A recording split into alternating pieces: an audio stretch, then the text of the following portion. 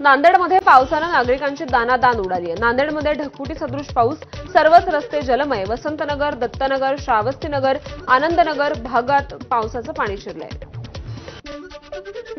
नांदेडमध्ये पहाटेपासूनच पावसानं हजेरी लावली आहे। अनेक घरात पावसाचं पाणी शिरल्यानं जनजीवन विस्कळीत झालंय। विष्णुपुरी बंधाऱ्याचे 8 दरवाजे उघडण्यात आले।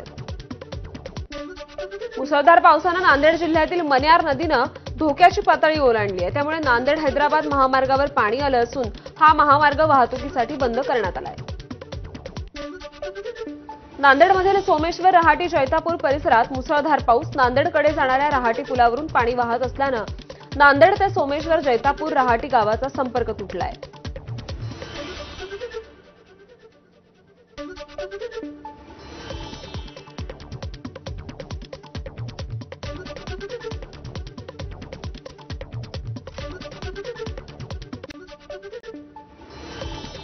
हिंगोलीच्या कळमनुरी तालुक्यातील ग्रामीण भागात मुसळधार पाऊस। डोंगरकडा, जवळा, पांचाळ, रेडगाव, वडगावमध्ये झालेल्या पावसानं शेकडो एकर शेतीला तळ्याचं स्वरूप। रस्त्यावर पावसाचं पाणी आल्यानं डोंगरकडा ते जवळा, पांचाळ मार्गावरील वाहतूक बंद।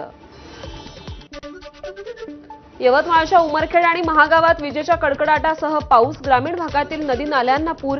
उमरखेड शहरातील अनेक भागात 1.5 ते 2 फूट पाणी साचलंय। गोंदियातील पुजारी टोला धरणाच्या 8 दरवाजांमधून पाण्याचा विसर्ग सध्या सुरू आहे। 1,80,000 लिटरनं हा विसर्ग सुरू। नदीकाठच्या गावांना सतर्कतेचा इशारा।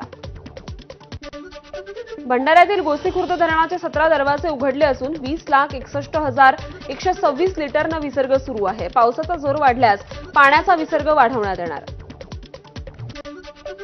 माजलगाव धरणाच्या पाणी पातळीत 27% वाढ झाली आहे। मागील 10 दिवसांपासून सुरू असलेल्या दमदार पावसामुळे माजलगाव धरण 83% भरलंय।